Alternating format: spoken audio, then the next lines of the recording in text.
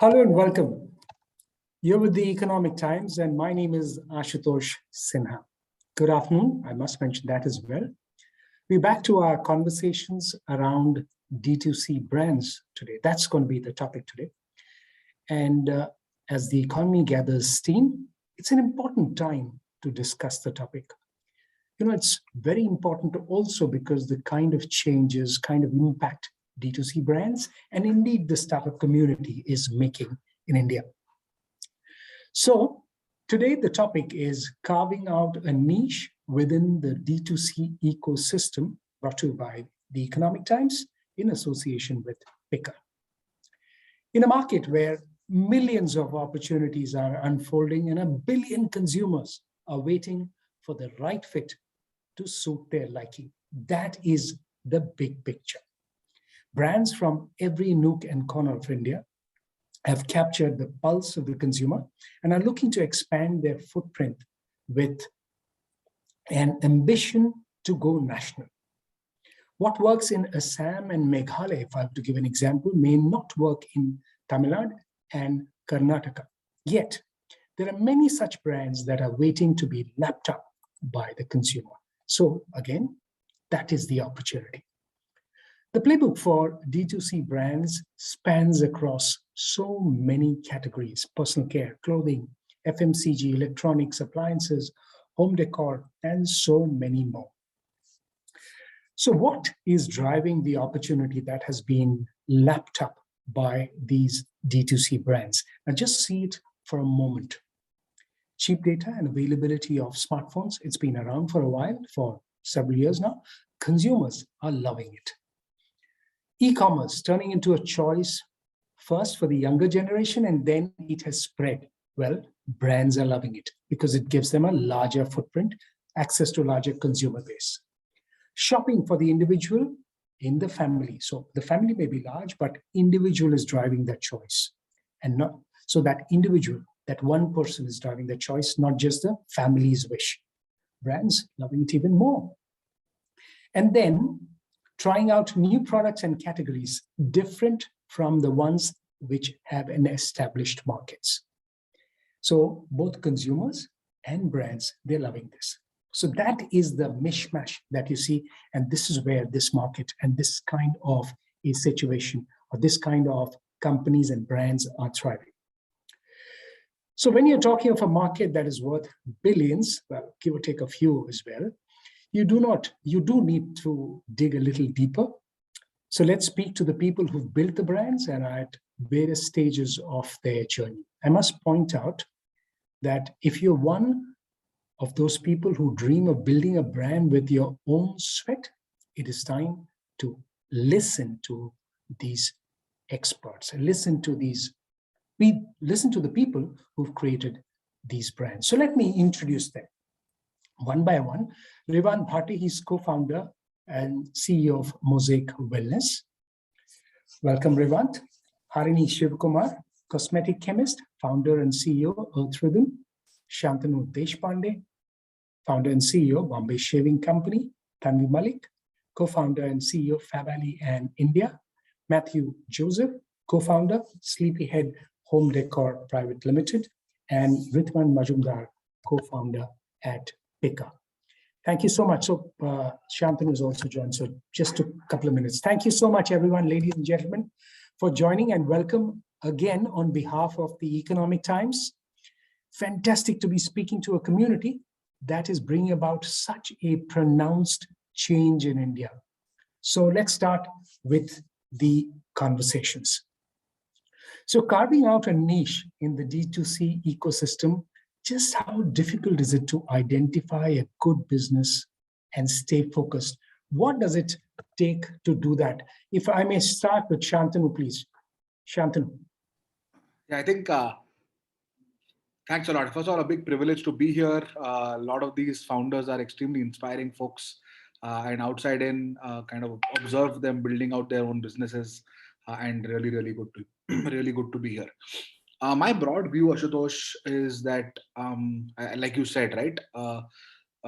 New India is an aspiring India, right? There's a mobile phone in the hands of 1 billion people. They have access to content from the world. So they're all watching Instagram, they're all watching Netflix, they're all aspiring to a lifestyle. India is going to go from a bottom heavy demographic from an income standpoint to a middle heavy barbell type demographic, right? So people are going to spend more. Our savings rates are going to come down.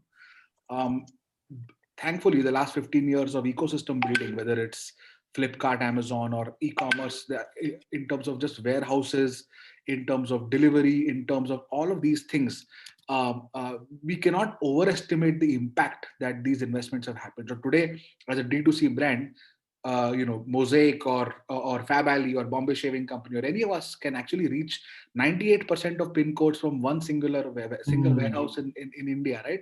It was never possible before because of what Pickrr does, for example, right? The amount of capital that's coming in, and of course the founder ecosystem, and people are taking risks at younger ages.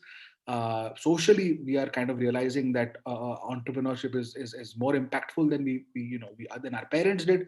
So I think a lot of those things come together. Brand building is one of many things that is coming out, and I think we are really taking on global brands now. A lot of brands from India are going out. We are also trying to learn from them. So I think outstanding. No better place than India. No better time than now.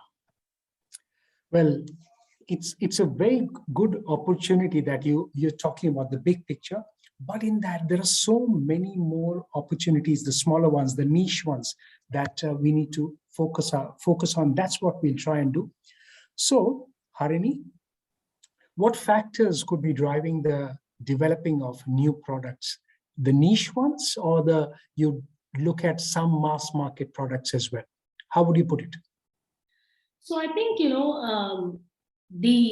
how I look at it is there are different types of product categories that, every single brand is trying to build in the market, right? It could be artisanal product, it could be a mass market product, it could be a niche category.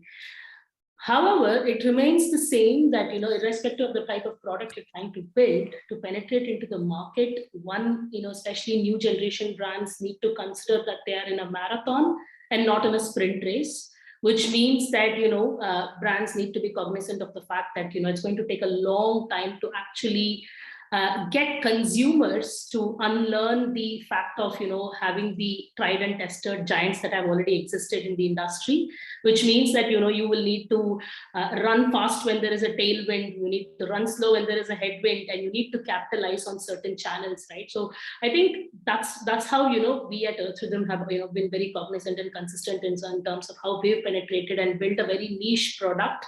And above all, I think, something that really worked for us is, concentrating more on finding the product market fit was the key to actually break through the clutter.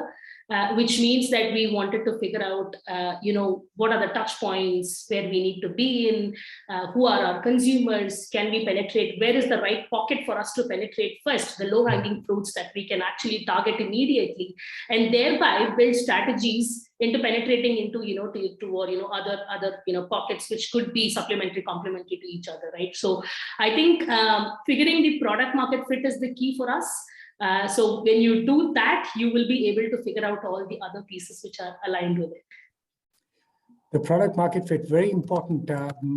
Mathew, the brand needs to define the purpose, maybe for the D2C channel or, the other, as you reach out to the potential consumers.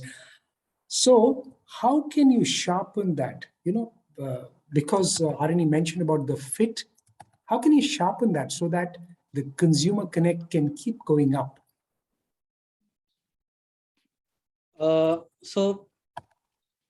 start with, I think the brand, first of all, should be very well aware of what they're proposing, and which target audience they're actually proposing their products to. If not, you're going to be lost in trying to capture everybody possible. So really defining what your product proposition is, brand proposition is, and who you're really targeting will actually define and really sharpen to actually bring your customer acquisition cost down. So without knowing these two factors, it's probably a little dangerous game to play because you're going to be spending disproportionately to actually acquire a customer who's probably not in the frame of actually buying into your product or your brand. On top of that, positioning your brand is also a very important factor. Especially in the D2C online space, you do not have a physical a representative to actually pitch your brand. So, the way you position your product, the way you position your brand, it needs to actually build in a affinity to, that particular customer to actually buying into your brand in the way your imagery actually portrays. So I think these are the main key factors which you have to look into.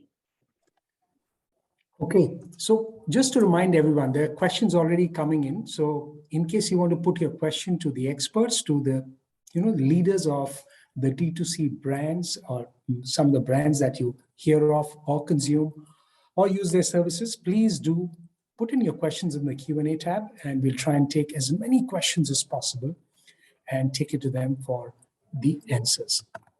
Let's move on. So this was just a reminder so that that conversation as a viewer continues.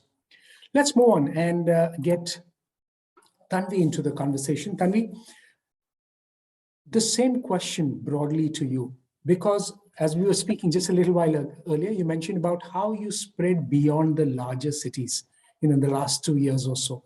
How did you sharpen the consumer connect in cities beyond maybe the top 10 or top 10, 12 cities? Well, I think this is where this is probably where we are right now in our D2C journey, and not just talking about FabAlley in India, but of us, a lot of our brands at this point of time, wherein our feedback loops of where interest is coming from and where, how we're able to market with more personalized communication. We're able to view the funnel of the shopper, where they're coming from, perhaps even what their interests are, how, what their affinities are in terms of their shopping habits and all of that. It just helped us. It was a gradual opening out. Like, I remember when we started out, we were told to, have a little bit of FOMO, in the sense that market to a very large swath of people, because e-commerce and D2C was so small at that point of time. It was burgeoning. Of course, it was growing rapidly, but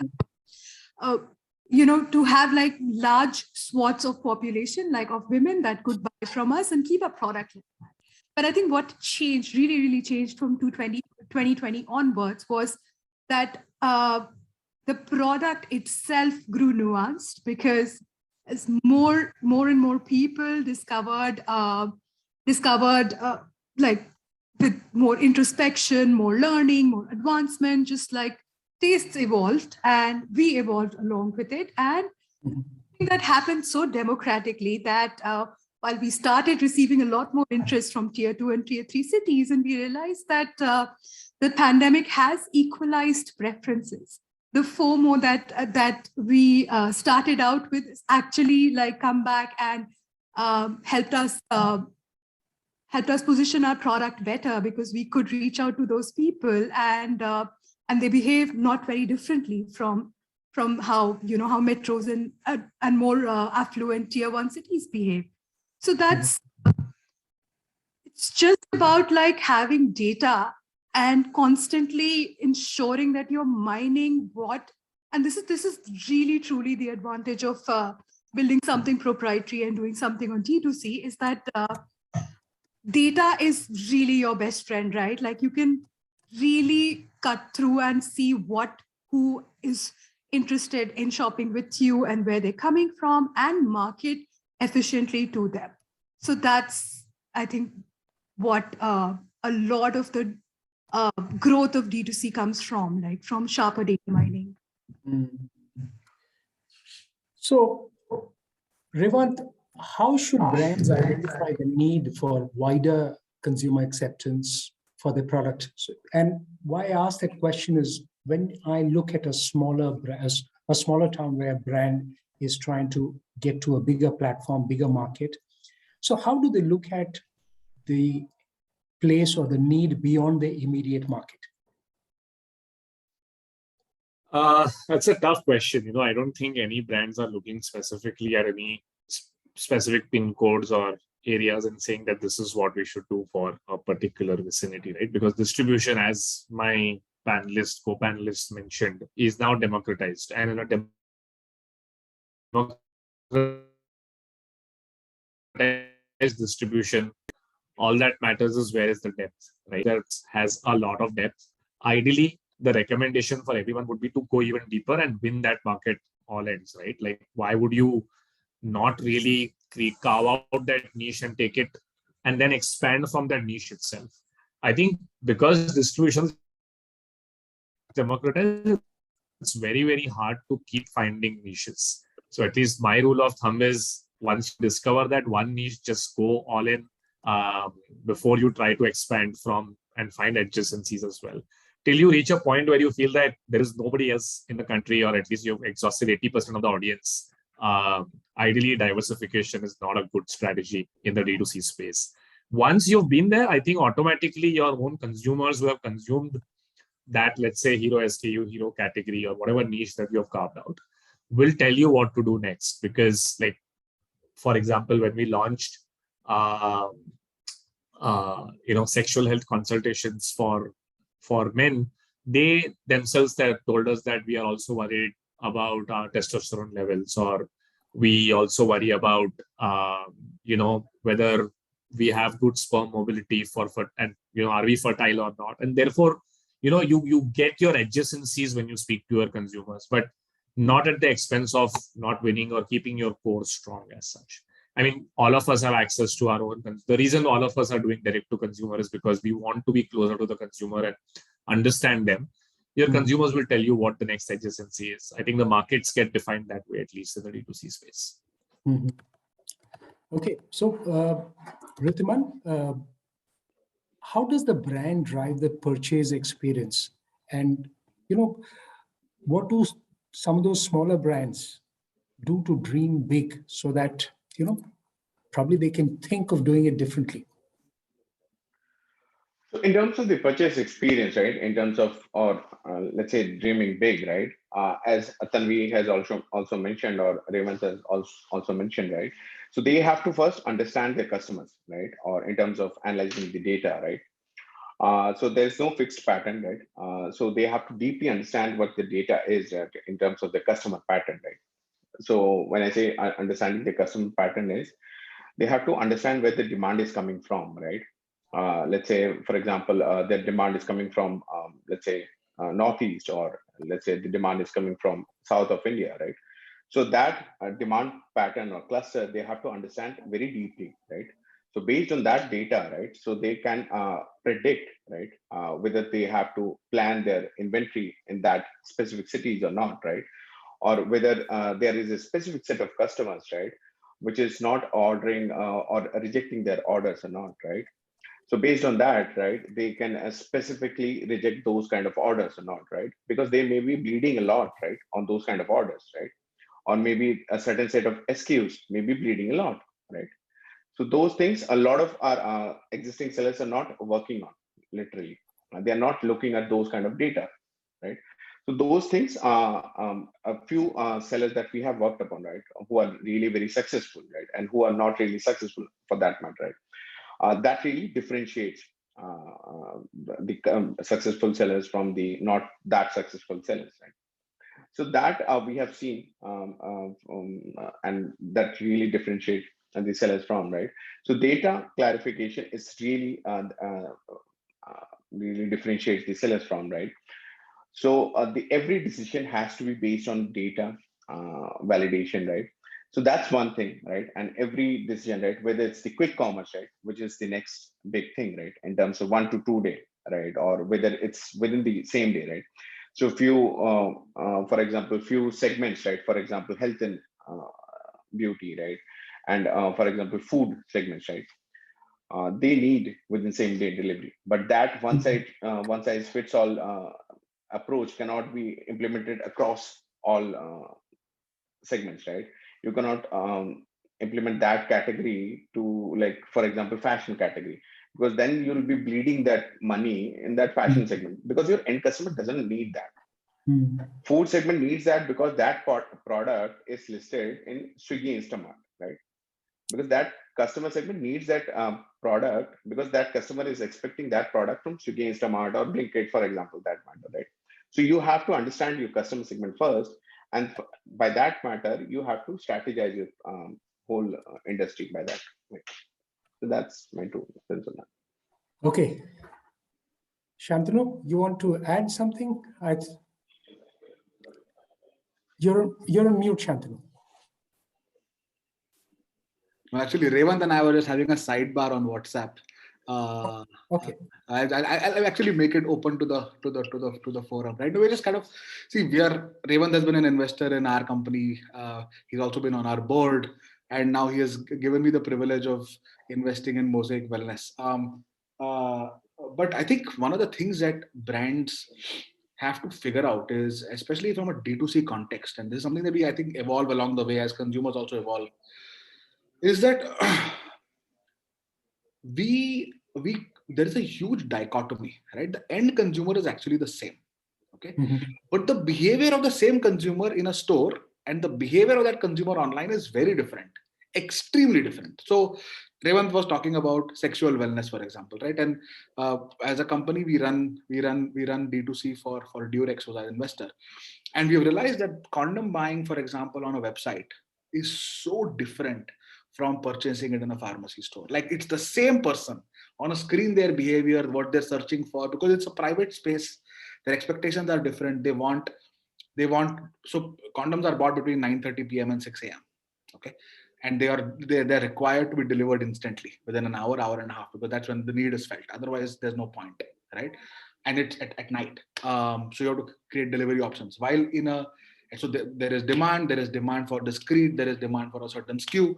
While in offline, there is a certain amount of privacy needed. You are slightly ashamed of asking questions. You pick up and leave very quickly. Your bar is much lower, right? So as companies, and I run, for example, a personal care company, that we have apparel, we have sexual wellness, we have logistics, we have home decor, all of us. There's decor, so many different categories, and the consumer is so different in terms of behavior. So data, as Tanvi was also talking about, is all about, at least in my personal view, and we learn this every day, is consumers, the way their tastes change, the way their behavior changes, the way the expectation changes. For example, today this 10-minute grocery, and I'm seeing this as a consumer, okay, this 10-minute grocery thing has so spoiled me end to end. In the last 20 days, I must have made 3 to 4 orders per day. And I try to add all sorts of random things just to make the order size larger to be worthwhile to grocers or whoever it is, right? But I now realize that if I'm delivering a shaving cream in 2 days, which earlier I would be very happy about, today someone runs out of shaving cream and wants it from my D2C website, and I'm getting it even the same day, it won't be enough because the customer's expectation level has gone up. So we're every day trying to do different things, and I think it's a very exciting space to be part of. Not only logistics, but also product development, what ingredients people want, how they shop, what kind of ads work for them. The media landscape is changing massively. So it's a very, very fun space to be in. Okay, Mathew, raise your hand. Yeah, please. Yeah. So to add on to Shantanu's point, I would say it's very important for a brand to really know the consumer's path to purchase of their product. So there are many different points where it could be pain points where the customers are going through till they actually do a conversion. And for a brand to, if the brand identifies these pain points to actually remove or eliminate these pain points for a consumer, the faster the brand actually gets a conversion to actually, catch up to a much bigger player which is out there. To actually give you an example of Sleepyhead, and I echo Shantanu's point. At one point in time, we were delivering, we understood the market was delivering mattresses to a customer, let's say customized mattress to a customer in 10 days or 2 weeks. And we were giving a proposition, we'll deliver it in 7 days. And let's say hypothetically, we were getting 1,000 orders when we are showing our service level agreement as 7 days. And once we brought it down to, let's say, 3 days, the growth was at least 30%.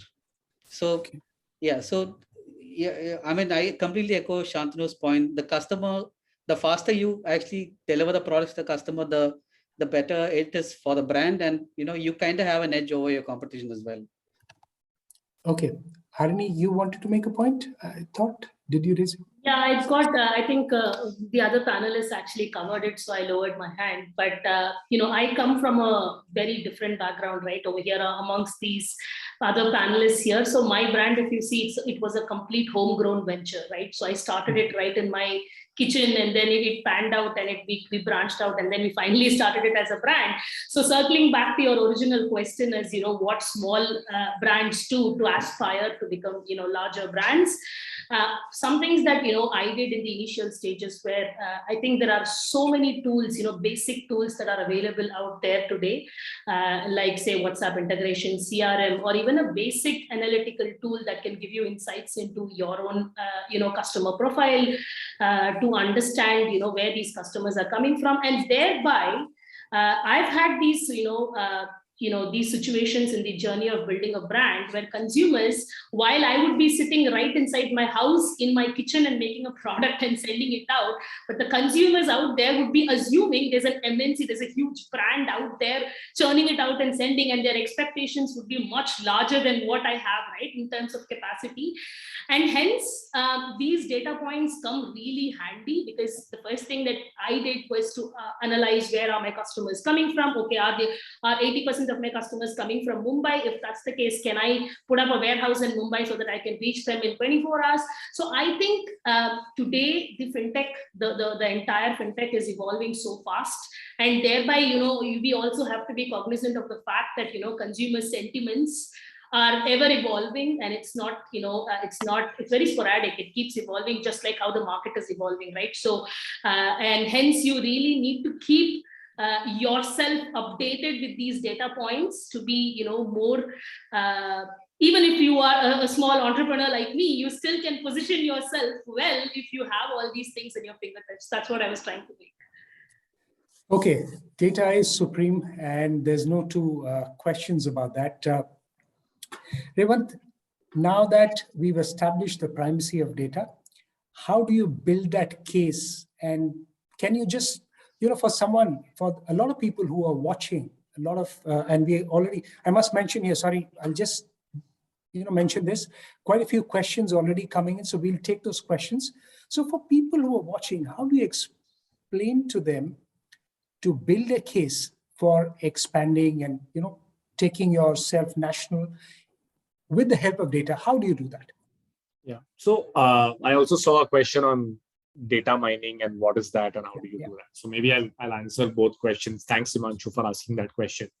So let me give you an example of how we built or how we are building what we are building, right? So we started with men's health first, which is how Man Matters was born. What we did is we had 10 doctors and we started doing consultations. We didn't create products. We did not. Because we understood that health has to be very, very personalized, and it has to be done through a assisted consultative understanding of the consumer's needs, and then suggesting to them that what they should do to get better, right?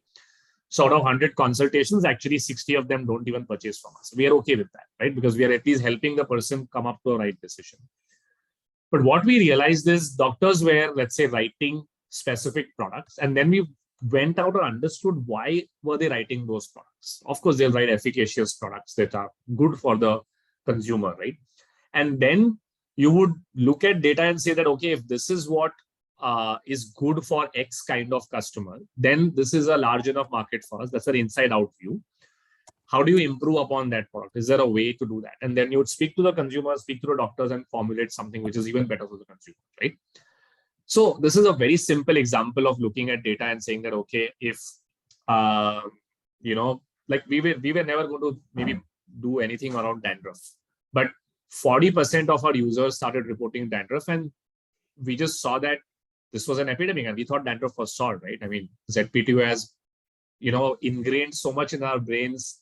Shahid Kapoor has always kept brushing off dandruff, so we thought it's solved, right? But it is apparently not, which is why we still have so many users coming to our platform and telling doctor, dandruff hai, please kya karega, right? You've tried everything. So it's whether you listen to your consumers by talking to them, analyzing transcripts of calls, or just having a simple assessment form where people tell you what they are facing as a problem and how they're looking to solve it, right? So we've always been a data first, consultation first company, which has helped us make better decisions. Now, this is around the core proposition. But as I said, we were never going to launch dandruff. We looked at the data and said, this is an epidemic. This also needs to be solved. So let's enter this category as well. We were not looking at intimate hygiene as a category for men. Nobody ever talks about intimate hygiene for men, right? It's mainly I mean, as a women, the market got created, men, nobody really bothered about. Like max they do is ask men to wear a clean pair of underwear, right? I mean, that's good enough hygiene. But we realized that there were issues and there were needs around these as well. So data helps you make a very inside out view, right? There are two kinds of views. Outside in, you look at the market and say, oh, wow, skincare, big market, booming on Amazon, booming everywhere. Google searches are going up. That's an outside in view as to how you would look at what kind of market you want to enter. Data is where you would have the inside out view. Always back and inside out view when you're looking at deep data and understanding your consumer. Outside in views are not necessarily always the right ones when you just look at data, because that data is for a macro. You wouldn't understand whether, like Shantanu and me might be founders, we may have both gone to some IIMs and stuff, but our personal preferences are very, very, very different. He likes to be clean shaven. Doesn't seem so on the beard, but he's gone ahead and done laser hair removal as a guy, and he's just, nahi yaar, I don't like this hair. And I'm like, nahi yaar, matlab mardangi ka sign hai. I need to have some hair on my body, right? So we're all very, very different people, right? And that's not going to come out in outside in data about, hey, skincare as a market is growing, launch a product there or do something like that. So I think combining with the question that Himanshu had, it's not about performance marketing or just Amazon ad. That's still an outside in view. It's more about how consumers are behaving on your platform and what are the kind of choices that they are making. Okay, so there's a question coming in, and we have Vasant Tamil Selvan joining us. Vasant, if you can, so he's joining us on video. So Vasant, if you can tell us a couple of lines about yourself and then go ahead and ask your question. Yeah, hi, I'm from Ariro Toys. Ariro is a brand for wooden toys focusing on 0 to 3 years. My question is to Shantanu. I wanted to know, how do we tackle the copycat brands?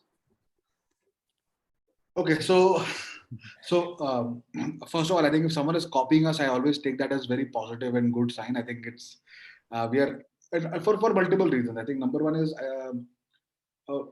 our hair removal market in general. There is a massive market in hair growth, right? And Revant is playing in it and so on, right? From oils to serums to medicines, OTC, everything, right?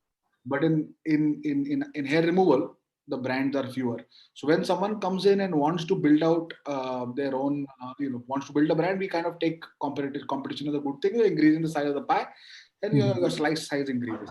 Now, if someone is blatantly copying your brand, there's a recourse which is legal in nature. Broadly, I think holding on to your so very standard thing like trademarking your brand, making sure that no one else can bid on your brand, being super rigorous about making sure that your brand is owned by you in every way, whether it's on a pack, in a store, in an ad, etc. That is, I think, important. That's just pure execution and quick reaction to it in general. And I hope you have a good lawyer and so on, right? But in general, I think relationships with retail is important. Relationships with e-commerce is important. If someone is making sure that your channels are being, the size of the pipe is the same, right? If someone else is putting your stuff in and taking away share of wallet from you, then you should really, really make sure that you're aggressive about it. My strong view is that anyone who builds a good enough product in today's day and age will build their own brand around it, right? They won't copy someone else. There's no point in putting all that effort and then giving all of that to someone else's brand if you don't own it. So own your brand and then you should be okay. I wouldn't pay too much attention unless you're really facing revenue losses. Okay. So that's Vasant. Thanks so much for putting in your question and joining us for that question. Let's move on and ask Tanvi this question. Tanvi, these brands can be bought, but the culture of the D2C brand, when larger companies want to replicate that in an organization, whether they are established brands or not, how does that show up, or how do they build that? You guys do something special, I'm very sure.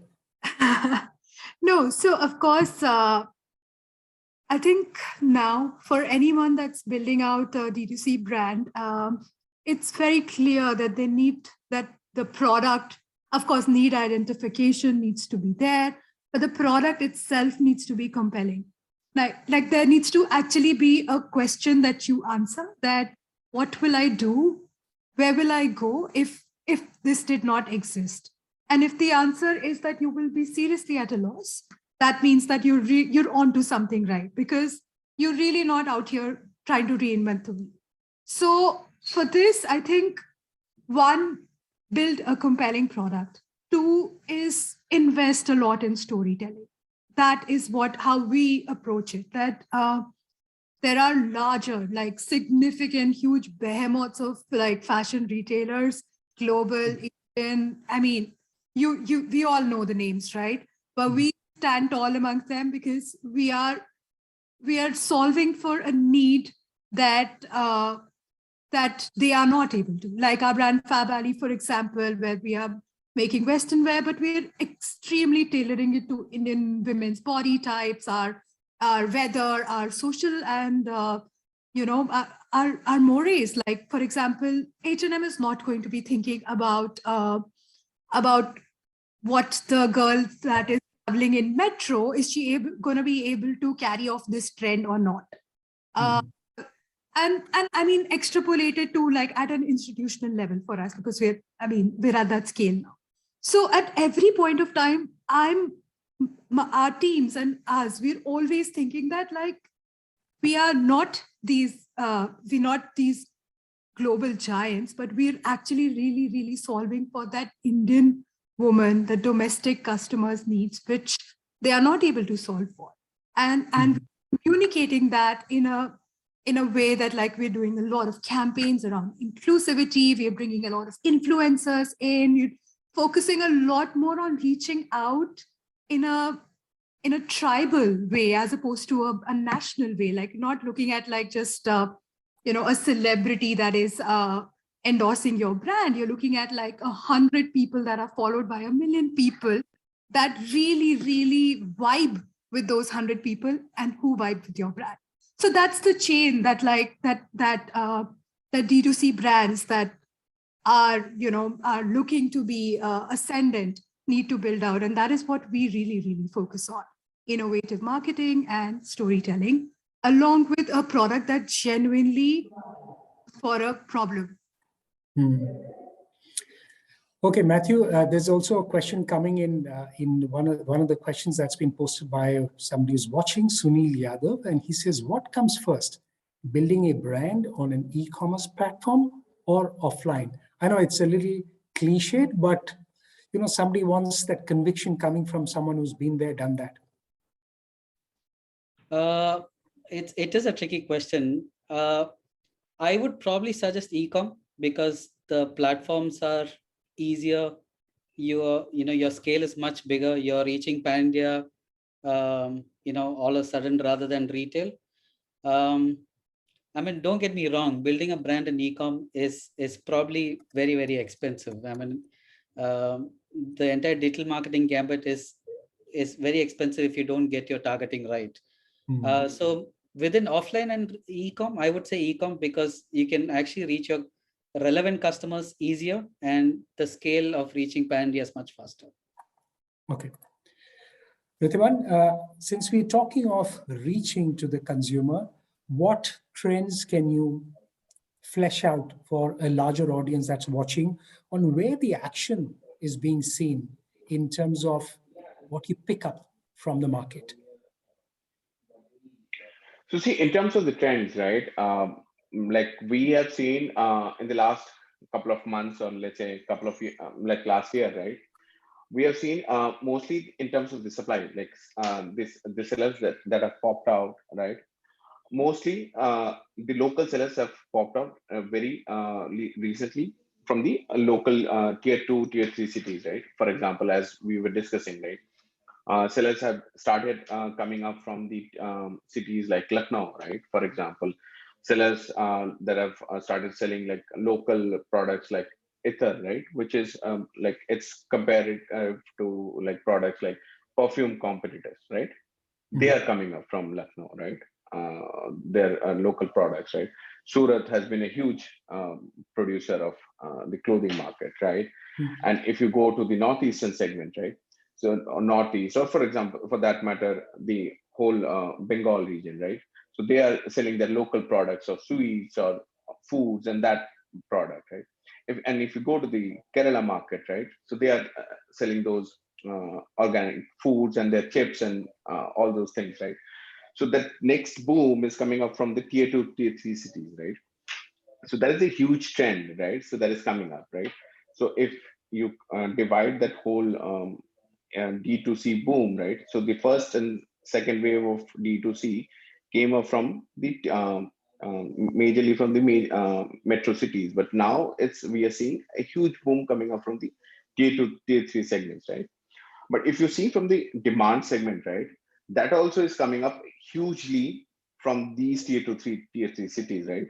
And they also demand that hugely, that we also want our products to be delivered very quickly, right?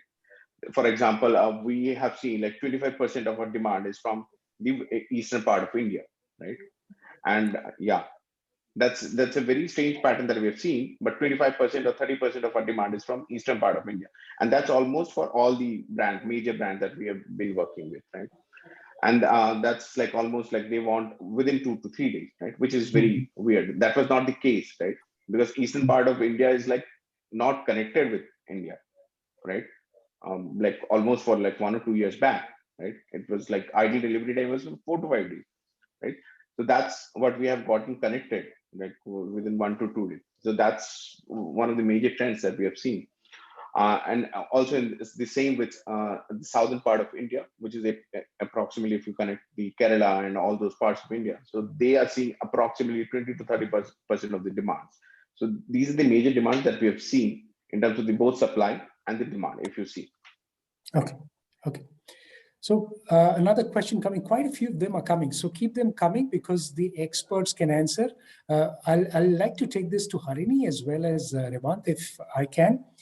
Bhaskar Prasad writes, I just wanted to know how we can differentiate among those who are playing at smaller platform, and how is the future of bringing such products under a brand?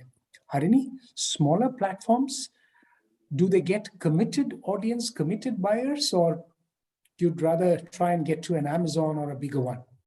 So I'll club that with one more question that I saw in the questions there, which was pretty similar, saying that would you want to move traffic to marketplace or to D2C website? I'll club both together.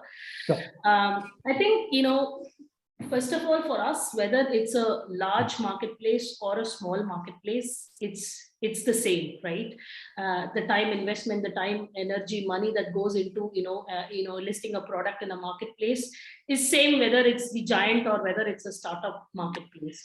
Ultimately, we want to drive traffic to our own D2C website for the simple reason that we are able to track data, which marketplace in general, obviously their only priced possession is the data that they collect, because they don't own the brand, neither do they own the product. So which means that the only thing that they have, which is a priced possession in the company, is the data that they're collecting, right? So which product, what customer is looking into what are they buying, which is the trending product, non-trending product. So hence this data is very critical for a brand. For example, any brand for that matter, to scale to the next level, we need to be closely looking at data points, and hence driving traffic to our own website would be on top pecking order for us.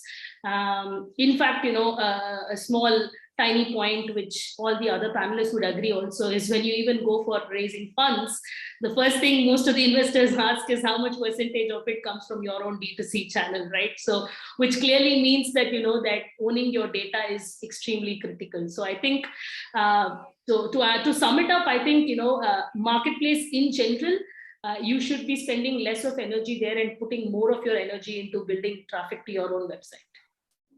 Revant, would you like to answer? A little, I think what Harini is saying is right, but I would sort of put it in a different context. I actually also have a differing view on the copycat thing.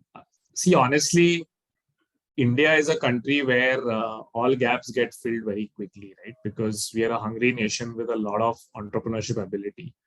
I don't think it's that easy to start a D2C brand today in 2022. I don't think it's that easy to scale it as well. Copycat products are a big problem. Yes, what Shantanu is saying is right. Focus on brand and stuff, but it does hurt you because your advertising cost goes up. Because now suddenly, where user had 5 products to choose from, now he has 25, right? So effectively, advertising efficiency is going down, and there are a lot of questions on Is there a way? How does influencer marketing work? See, everything is a separate GTM. Facebook was a go-to-market strategy.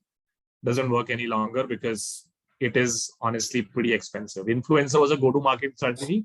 I think as of 2022, it's damn expensive. So yeah.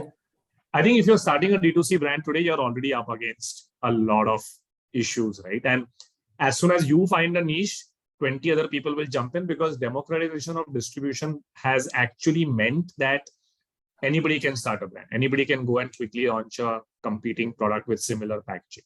Forget D2C brands. Large FMCG companies are now coming out copying D2C brands because they are seeing that these guys are playing, So it's getting very, very hard.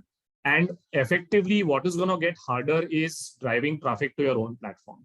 Unless you have a right to win on D2C, be very, very careful on what you launch. For us today, the only reason we are D2C is because we have 150 full-time doctors who do 3,500 consultations with consumers every day, which is a big need for the consumer today, right? Digital health. If we did not have that product market fit, if we did not have something that the user felt, I want to come to a Man Matters website or a Bodywise website and speak to the doctor. Products are getting commoditized very fast. You will never win against Amazon, right? It doesn't make any sense. Even if you advertise on Facebook or do an influencer, there is equivalent number of ROI that comes on Amazon or Flipkart or Nykaa, depending on where your brand is positioned, right? Because the consumers of these platforms are also different. So instead of fighting the battle of omni-channel versus big platform, focus on your core proposition. Understand where the users of that proposition are. If they're on Meesho, go to Meesho. Don't even build a website of your own. Because if your audience is the tier 3 and tier 4 of Bharat who wants a 300 rupee product, you will never be able to make money on logistics by making logistics work. Even if you use Pickrr, he will try to help you, but he cannot charge you less than 60 bucks, right? So it's going to be a big problem, right? So focus on your proposition. See where is that consumer. Is that consumer with influencer? Is that consumer on Facebook? Is that consumer on Google? Is he or she on Amazon? Are they on Meesho?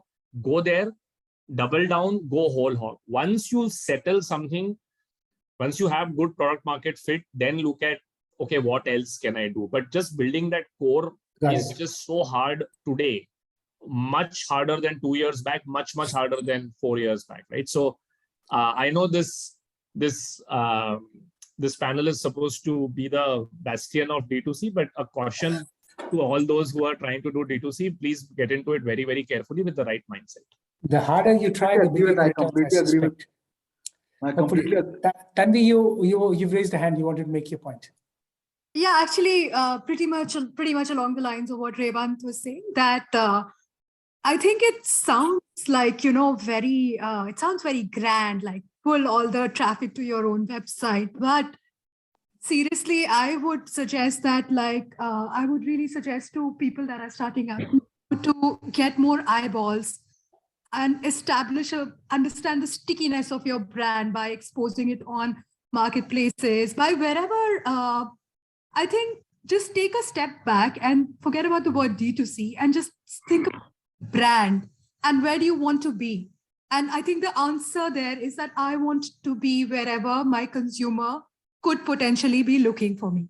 So me, that is, of course, my own website, but it's also on Myntra. It's also perhaps on Amazon. It's also in an offline store, like it's in Shopper Stop. It could be in Lifestyle. So yes, there is a certain compromise that you will have on margins, of course, but on the flip side, you will not have a CAC there because you will not be spending money to acquire these customers. The channels themselves will be doing that for you. And yes, you will not get proprietary data, but you will get solid scale and an understanding of what is moving in terms of the at a large scale. I mean, the goal for anyone is to be a large domestic national level player, right? Like, why are you starting a brand? So I think that I would be very channel agnostic. I would actually say that, like, place your brand wherever your consumer is looking to buy it, and then take it from there. And in fact, like, you'll see the channel benefits. You'll see that, like, profitability happens faster for you. And that, I think, is also something that investors do really care for. Yeah, they also want profit. I'm sure they Yeah. do. Whereas they're like, yeah, how big is your D2C? But they're also like, okay, how long, how many years before you become profitable? Are you in the black? Are you in the red? That is important. So the color choices are very important. There's another question for Harini here. Digavali Nageshwar Rao's, sorry, this is from Sudhakaran Nair, I'm sorry. And specifically addressed to Harini, it says, how will you scale further? So specific to you. Nice. It sounds like an investor question to me, but I will take it up. So I think, for any, D2C brand, most brands, typically like to take the online channel as the first entry point, simply because the entry barriers are very low. Like I mentioned in the previous, a couple of minutes back, I think for us, especially when you're starting out with no experience, especially being a first generation entrepreneur, in my case, literally, I had no experience. I was a homemaker straight up for 7 years. So, entry barriers were really low when I started a brand on an online channel.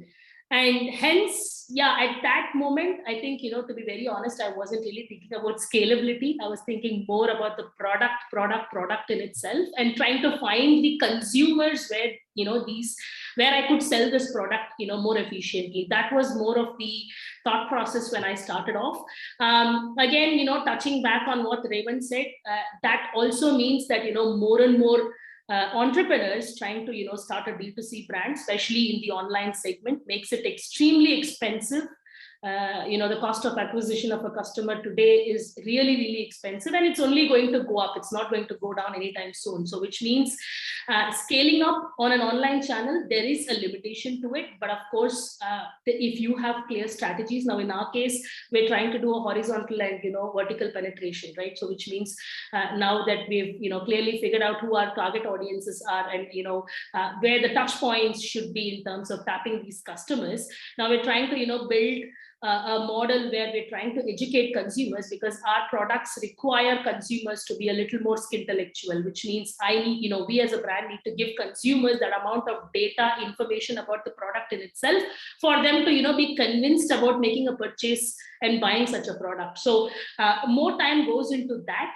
And of course, scaling up for us, I think, at this moment, it's only been the metros. We'll still try to penetrate a bit more. Like before the conversation started, I was telling about the vernacular content that we're talking about. We're trying to do a lot of strategies around trying to, penetrate into tier 2 through, vernacular content, trying to capture that market. And ultimately, once we know that, we've clearly, I wouldn't say, completely zoned out with the online market, but there would be a point where we would want to touch upon experience stores and start going offline to start, do a little bit of BTL activations to understand and gather more. A lot of these consumers, my own PG, sit outside the spectrum of Facebook and Google and Instagram, right? So ultimately, I'll also need to be sure about targeting those consumers as well. So trying to go offline will be the second step for us. But at this moment, I think scaling up is clearly through horizontal and vertical penetration. There's also a question coming from Garima Agrawal, and maybe Mathew, if I can request you. And here's what Garima writes, Mathew, for you. Building a brand on e-commerce is expensive, and combined with greater scale, it aggravates. How can we ensure a good profitability rate? In this case, as any customer would obviously go for low price products and free delivery services. And Mathew, if you can hear us, if you can I can answer. hear you, but for some reason I can't turn on my camera back on, so I'm sorry about that. No worries. Yeah, so it is very important for a brand to really understand you have to scale with efficiencies. So let's take operation, manufacturing, warehousing. They're all individual. They're all individual modules by itself. But when you actually scale, it's very important to really make sure that you're getting efficiency from each of the departments. So what will that do is, probably give you a better efficiency in cost, where you can actually still charge the same what you're charging to your consumer as of today, and your gross profits or gross margin starts increasing. But scaling without efficiencies is probably a very dangerous thing to do.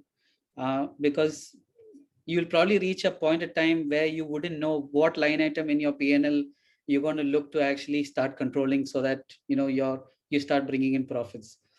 There was one more question attached to it, right?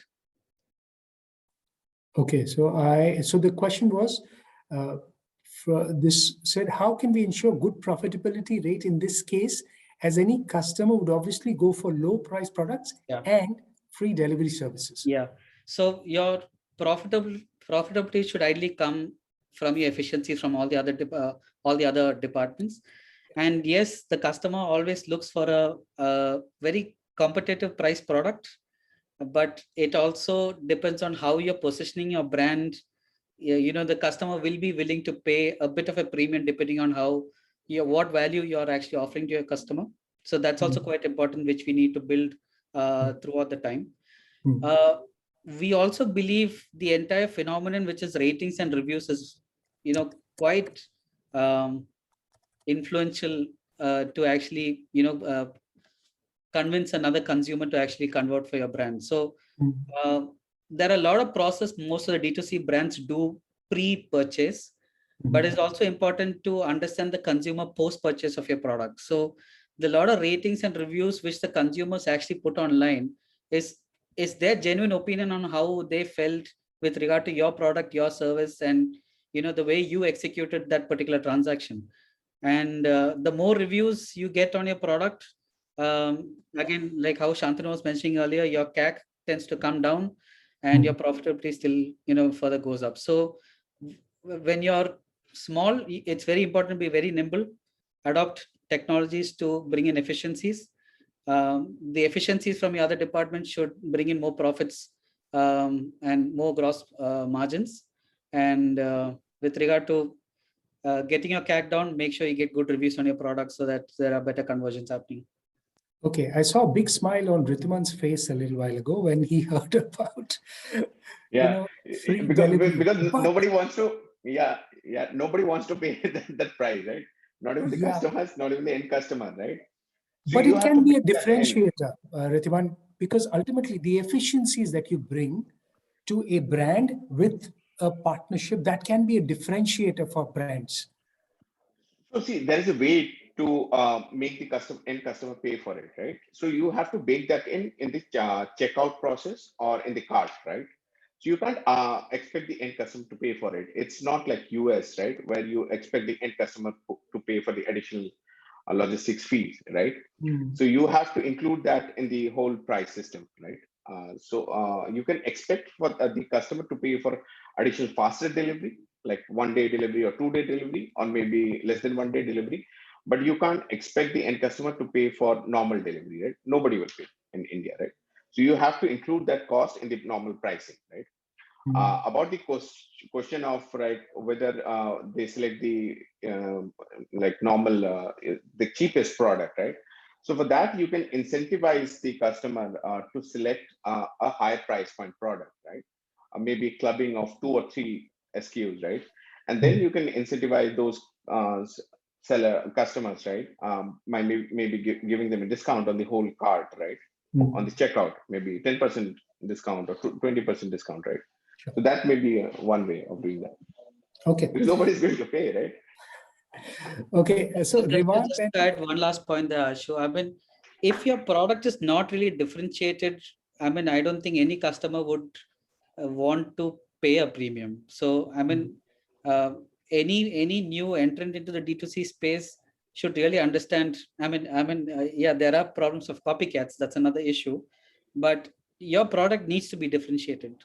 If it's not, I mean, end of the day, it kind of becomes a commodity, right? I mean, it's nothing beyond that. But most successful brands have been commodity brands, right? So that's the trick. The trick is there is nothing that differentiates Fair and Lovely from the others, but it's still a 3,500 crore brand. Yeah. And you can say the same thing about Parachute Oil. You can say the same thing. It's about the emotion. It's about the smell. There's a certain use. Of course, there's time. People will take time to get used to it, and then there is habit that comes in, and so on. So I think that's a good. I completely agree with Mathew. I think today's brands have a much higher bar in terms of differentiation that is needed. But what we should not forget is, I think, and I've noticed this in our company also, is you tend to become scientists and engineers and product obsessed people so much that everyone thinks that they're Elon Musk and Steve Jobs. Not needed.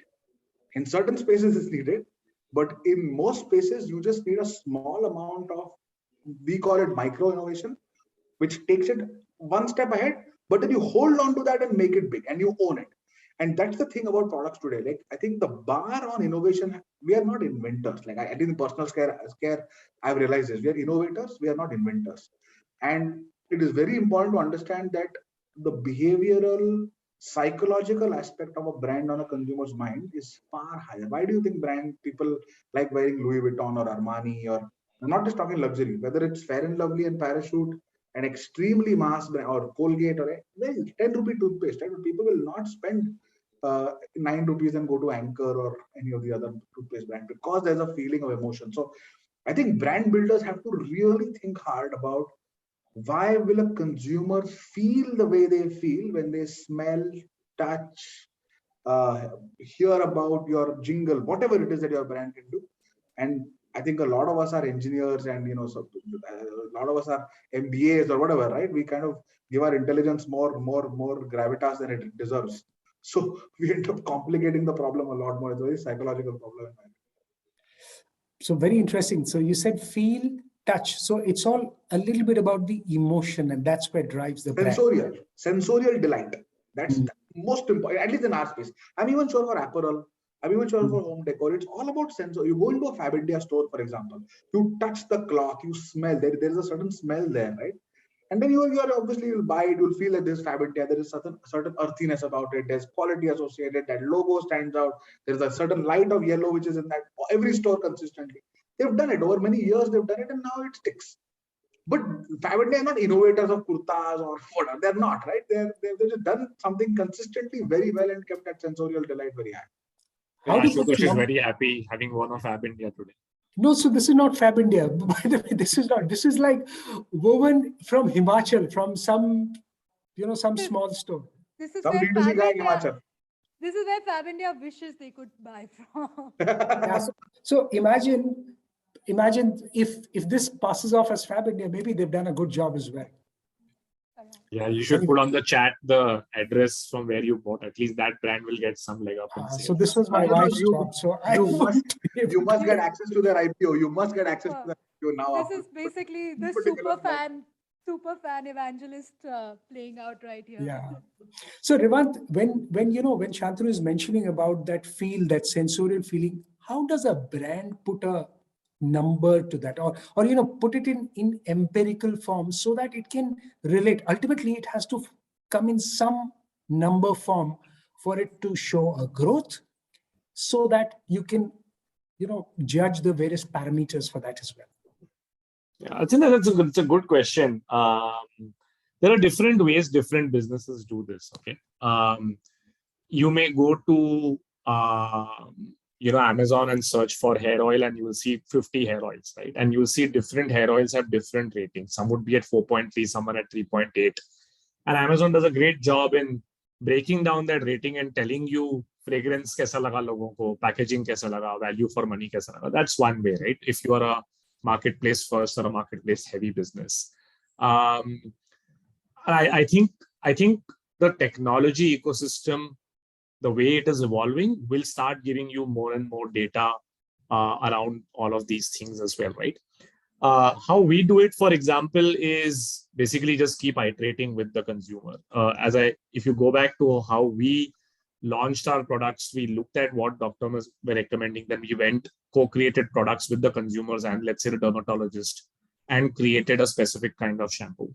Now, effectively, every version of our shampoo, like it's been almost 20 months now since launch, and we are still iterating and improving because we keep getting data points on conditioning, on specific kinds of ingredients that may be solved. Everything is good unless you figure out something else is impacting a certain set of consumers. Then you need to change it again, right? Because the hardest thing to do in the product-based industry today is to personalize a product. I can't personalize a product for Shantanu and Rhitiman and Mathew differently. I need to make sure that that product, which is supposed to be a DHT blocking shampoo for men because men have testosterone and that leads to DHT, that leads to hair loss, has the right ingredients that blocks DHT, but also is something that all three of them like, right? And what ends up happening is, I don't know where everyone stays, but let's say somebody's in Bangalore where it's hard water, Delhi is different, Bombay is different, you sweat more. How do you formulate something that is, some of the average of all of these?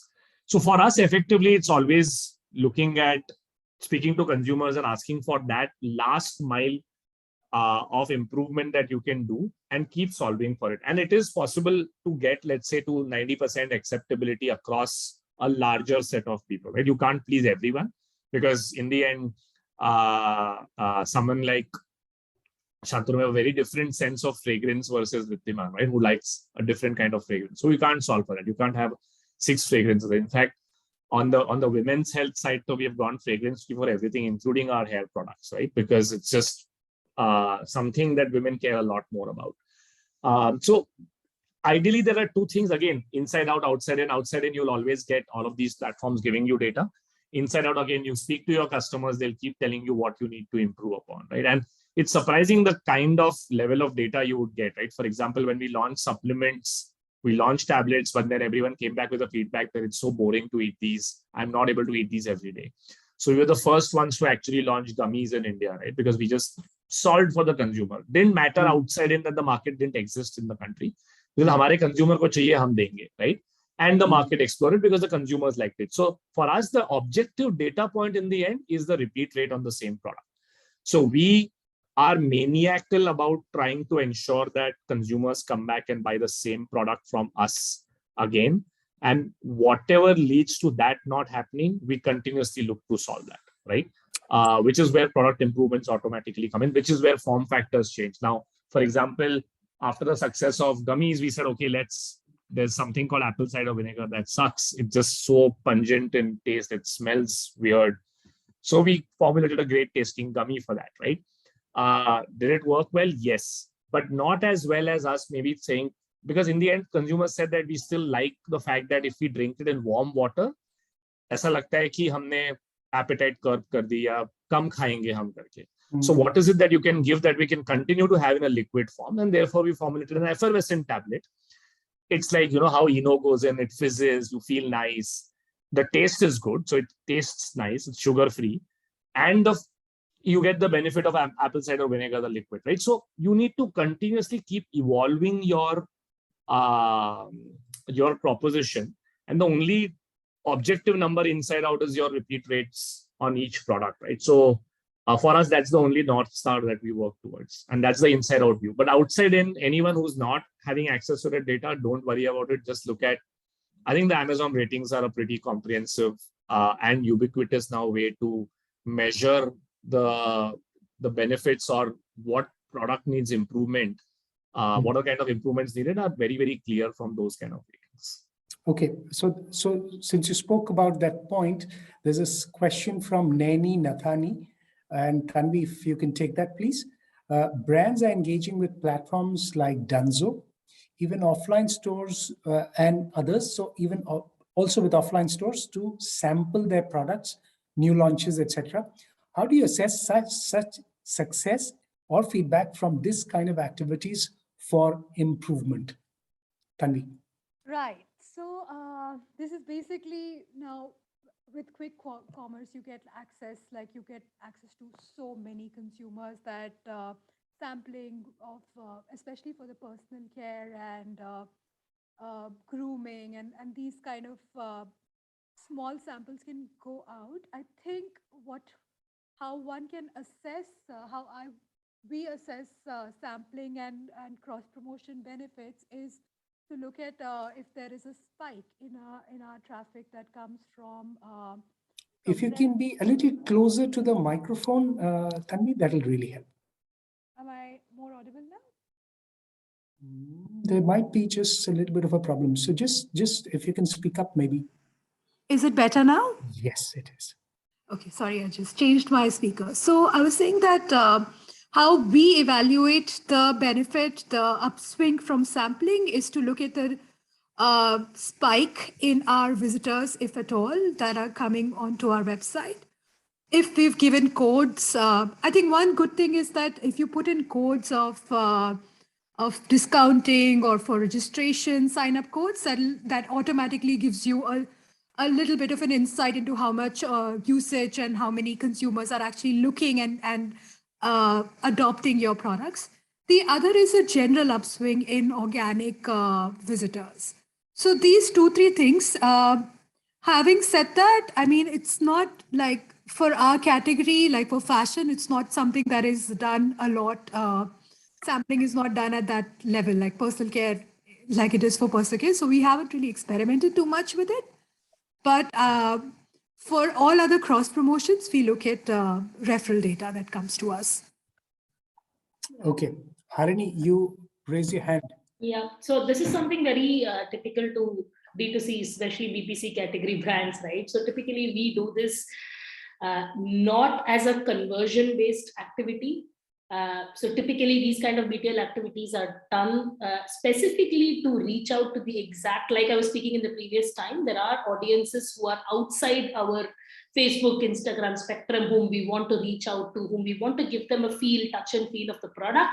Hence, we activate such activities where we are sampling out. There are 2 ways to it. We look at it like a more of a branding activity where we're giving consumers view into our brand, perspective about the brand, what we are trying to do different, and then give them a sample size to touch and feel the product and use it. And hence, probably, the brownie point would be, if you can give them a code or something to come back to the website and make a purchase for the brand to track it. But ultimately, that's not the number one goal. The number one goal over here is to reach out to that exact TG and forcefully make them use that product, right? So you would have traveled in an airline and you would have bought a face mask.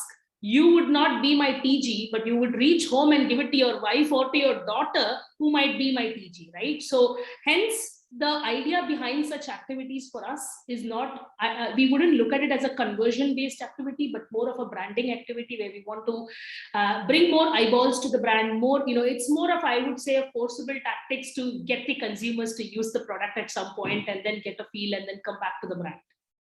Okay, Mathew, you want to make a point? Yeah, so adding on to Harini, so let's take the marketplaces today, right? Your Amazons and Flipkarts of the world. When a consumer buys a product in 10 days or 30 days, they have the liberty to return it back. And unfortunately, that's the, kind of the cost of doing business online today. So, and I'm coming from a category where, and one of our primary products are mattresses, and it's a very comfort related product, and comfort is very subjective. And we did understand that this is, a customer, if they don't like it, they're going to return in 30 days. And you can't actually judge a mattress in 3 or 4 days. We actually went one step ahead to actually offer a 100-day trial. So the customer actually buys it and they can actually return it for a full refund after 100 days. So at this scenario, what you're actually doing is one, you have to be very confident about your product. And second is you really know that you're indirectly kind of forcing your customer to actually use your product, and psychologically they're going to get accustomed to it, because there is a body psyche when they actually move to a new sleeping surface, they actually get more relaxed if the product is actually good. And our returns rate actually came down drastically once we started offering this as a proposition, as well as the conversions also drastically went up, because there was a lot more confidence and credibility for the brand from a consumer perspective. Okay, so just now towards, as we get to the end of the conversation, just wanted to get a sense of Shantanu, if you can just add a little bit, to the smaller. I go back to the smaller brands as well, relatively small among the D2C brands as well.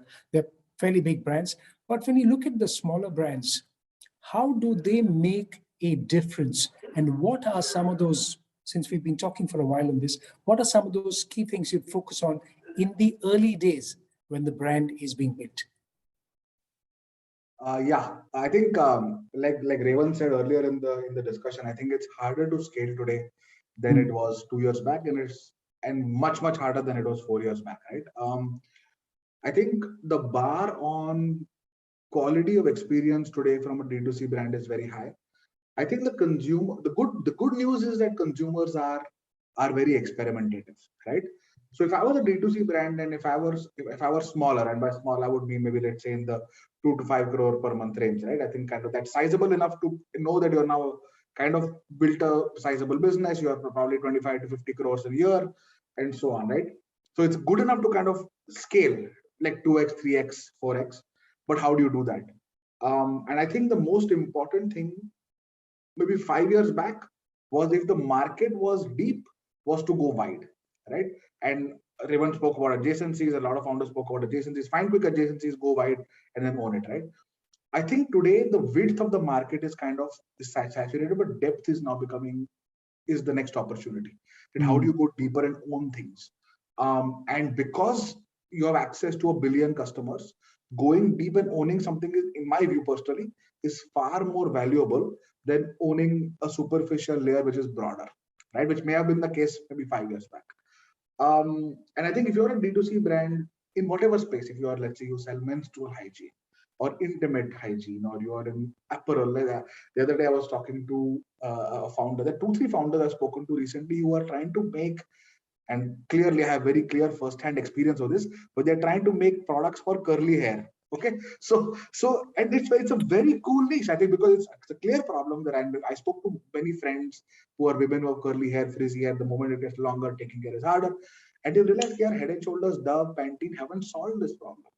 So there's a depth availability. The market doesn't exist. So now, can you create real solutions which solve for it? So I think focusing on depth, making sure you hit PMF, like Harini spoke about, hit PMF quickly, then find depth, and then once you find depth, then finding regimented flanks, not adjacencies, but flanks would be the way to probably build a 500 crore, 1,000 crore brand.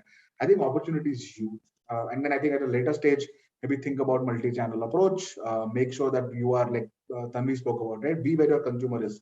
I know my shaving foam consumer is not on Amazon or Farmeasy or Grofers. My shaving foam consumer is in stores, right? So I need to make sure that any shelf that sells shaving foam, I have to be present there, right?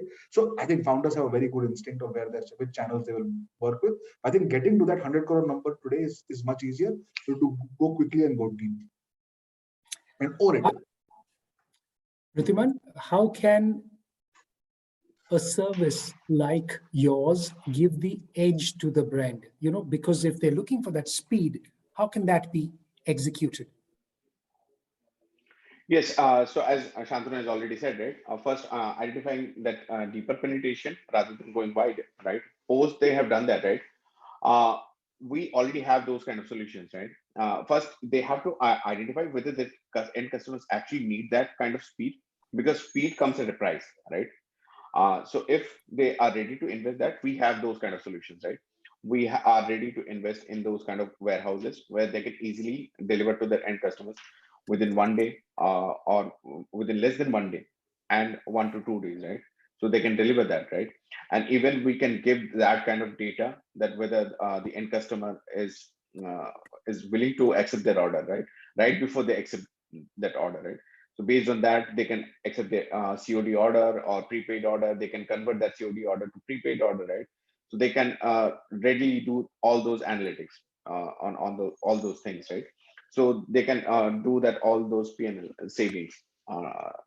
So post doing that analysis and they do that launching of the brand, right? They can actually launch their brand at a grand scale with that platform. Okay, we are close to running out of time. So a quick round of comments from everyone. If I can request Harini, if you can begin, please.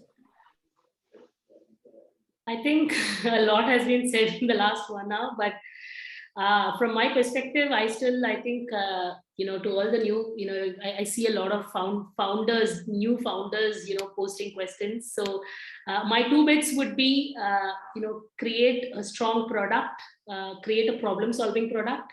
And I think the rest of the things is always, easy to scale and learn.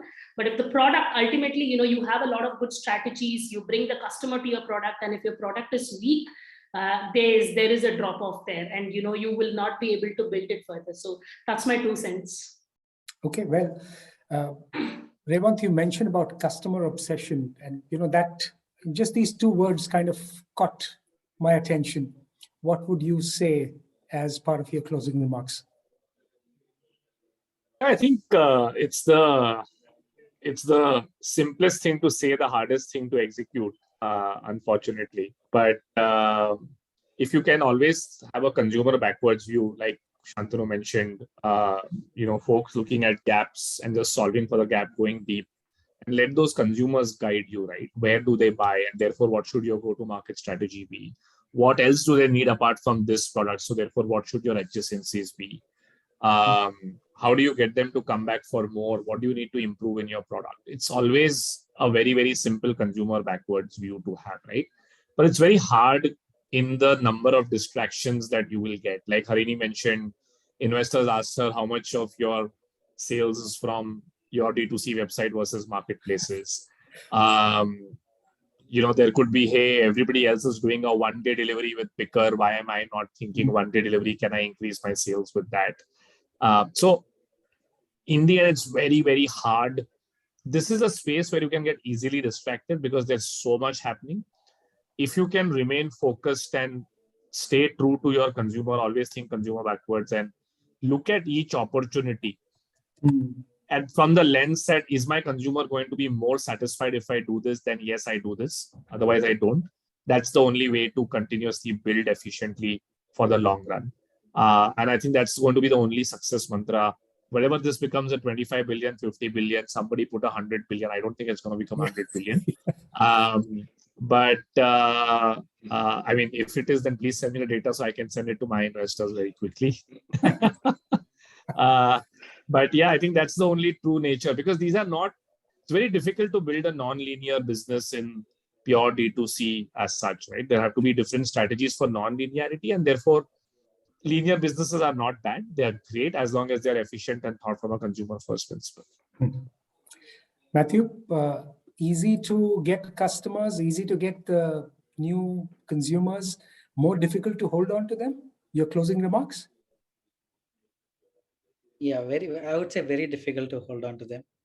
I mean, as long as you create a brand which is always engaging with your consumers, solving them problem or offering them service which they really need. I mean, I echo my other panelists' comments. I mean, it's very difficult to hold on to a customer, and one bad experience can change everything. That particular customer is going to probably not recommend or probably even suggest not to buy your brand. So I think it should be of prime importance for any D2C brand to make sure every customer is satisfied to whatever extent possible. Because holding on to a customer, especially you're not there to physically talk to them, and you can do, they can just open another tab and explore another competition right away the very next second. So yeah, consumer first approach and keeping them happy should be the prime agenda. Tanvi, your closing remarks? Closing remarks. Okay, so I think enough has been said, but yes, build a very compelling product wherein that is your statement that what would it be if this didn't exist? And the answer would be that I would have nowhere to go. This particular niche. So compelling product, but that's not enough. That's half of it. Then on top of that, I think what would product be without engagement and awareness? And this is where you have to become obsessive about also teaching and engaging and providing more experiential experiences to the customers while they are shopping with you, whether that's an after sales service, whether that is other rituals that you create around your brand, around your product. So I think communication and product now go hand in hand. Yes. And the third thing I would say is that for D2C right now is to really, really focus on the lifetime value of the customer, which is, well, you will not have that kind of money to, keep spending on acquiring more and more customer. The onus is on you to get them to come and transact 3 times, 5 times, 6 times, 8 times, whatever your break-even number is with you, so that one customer's acquisition costs, like, starts making sense for your business. So that means after sales services, that means a lot of personalization, that every time they come onto your website, there is a new and unique experience that you offer to them, because you've mined their data, you have your recommendations and browsing and all of those things, algorithms sorted at a predictive level. And at least that's what we do, so that we can understand and recognize the customer better. So keep offering them fresh experiences that they've already displayed a certain affinity for. So extract more value out of each customer gain. I think that would be like what I would say for like the first 1-2 years of your journey as a D2C entrepreneur. Okay, Shantanu, your closing comments. And I must mention, when a legacy brand buys into your company, that's validation of the best kind that can happen. But how do you do that? There has to be some magic to it. Right place, right time, I guess, Ashutosh. No, you're right. I think we're very lucky to have partners like Colgate, Palmolive, and Reckitt, both kind of $100 billion global businesses, centuries old in terms of brands, right? So if they see something, it's obviously, they actually invested because they like the D2C stuff that we did. No, I agree with the panel, but my view is a little different. My view is D2C was a great channel when there was a certain information arbitrage, right? Media was difficult to understand. There was a lot of attribution, sophistication that increased with Facebook and Google. People who were early on it figured it out. Okay, I can, like, if one product able to do Facebook marketing well, able to analyze quickly, do experiments and move on. 2013, 2014, if you could crack Google and Facebook, you could build it in 3-4 years, you could build a sizable brand. Today, you can't do that. My view is a lot of this is now going back to fundamental brand building, which is sensorially, what does someone feel when they see your brand, right? And I think as custodians of brands, we need to focus on that more rather than this whole. I think as D2C has gone up and channels have become more sophisticated, service industry, whether it's logistics like Rhitiman, whether it is agencies in marketing or social, whether it is people who can do D2C performance for you, etc., those industries will grow, but there will be people who can do D2C channel marketing better than you for your brand. You need to focus on what is fundamental to you. Google focuses on what is fundamental to them, which is programming on a search engine or a web browser or email, right? That's what they do. They outsource everything else. Similarly, brands need to focus on product and marketing and communication. That's core to any FMCG or any brand. Everything else, my view is, you will have service providers who will do it far better than you can, and that excellence differentiator won't exist. So I think we might need to start focusing more on fundamental principles again, and that's the way to go. Okay, so how can service then, Rhitiman, for your final remarks, how can service be the multiplier that smart products are looking at? So see, in terms of service, we have to be extremely careful in terms of providing the best like collaborative service across all segments, like be in terms of messaging, providing coherent messaging across all platforms, right, for the brands, right, be it in terms of branding for the end to the end consumer as a for the brands, right, or in terms of the quick commerce, as I said, right, or as in terms of the data analyst for the brands, right, because that CSAT, customer satisfaction, is very, very critical for the brands, right. If one customer is not happy with them, right, that can be make or break for them, right, especially for the newer brands, right, because older brands may not be that get that affected, but for the newer brands, it's very, very critical. One customer, two customers is very critical. They may hamper the whole brand. So these are like data, like quick commerce, like everything is very, very critical, and especially the branding portion across everything is very, very critical, right? So in that aspect, the whole service segment is very, very critical, right? And that's why we are very critical in that aspect. Okay, quick commerce is the new buzzword in town. Everyone's talking about it. Thank you, everyone, ladies and gentlemen, for being with us. Just enough time. We must remember, since we cannot meet in person, time for a quick picture. If you can put up your best smiles, so I can request for a smile from everyone and just stay put for a few seconds, not a minute, please.